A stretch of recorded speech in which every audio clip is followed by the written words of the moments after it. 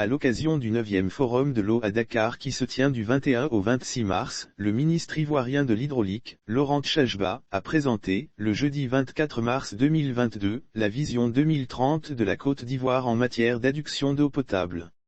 La capacité de production actuelle d'eau jour dans le Grand Abidjan afin de faire face aux besoins en eau potable des populations ivoiriennes, l'État s'est engagé à renforcer les capacités de desserte dans le Grand Abidjan. Le Grand Abidjan est approvisionné à 579 960 m/J, pour des besoins estimés à 670 000 m3/J. La capacité de production de l'ensemble des usines pour l'approvisionnement en eau potable du Grand Abidjan est de 641 200 m/J. Avec un taux d'utilisation de 90% actuellement, le Grand Abidjan est approvisionné à 579 960 m/J, pour des besoins estimés à 670 000 m3/J.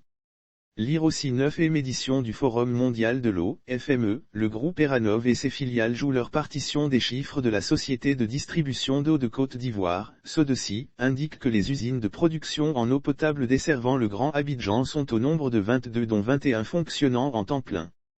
Elles sont localisées sur l'ensemble du territoire du Grand Abidjan, de Bingerville à Songon, en passant par Anyama.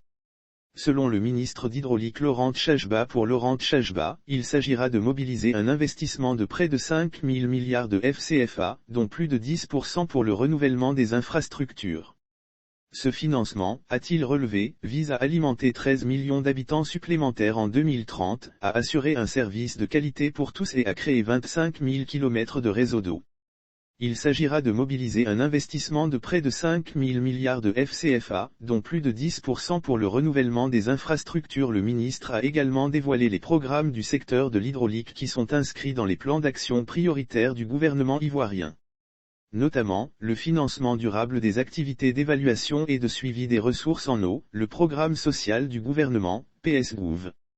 Lire aussi eau et assainissement, le 9e Forum mondial s'ouvre à Dakar. Eau pour tous, le maintien de tranches sociales au profit des populations défavorisées, le renforcement du programme, eau et genre, la continuité de la fourniture d'eau potable en milieu rural, et la maintenance préventive des installations et ouvrages.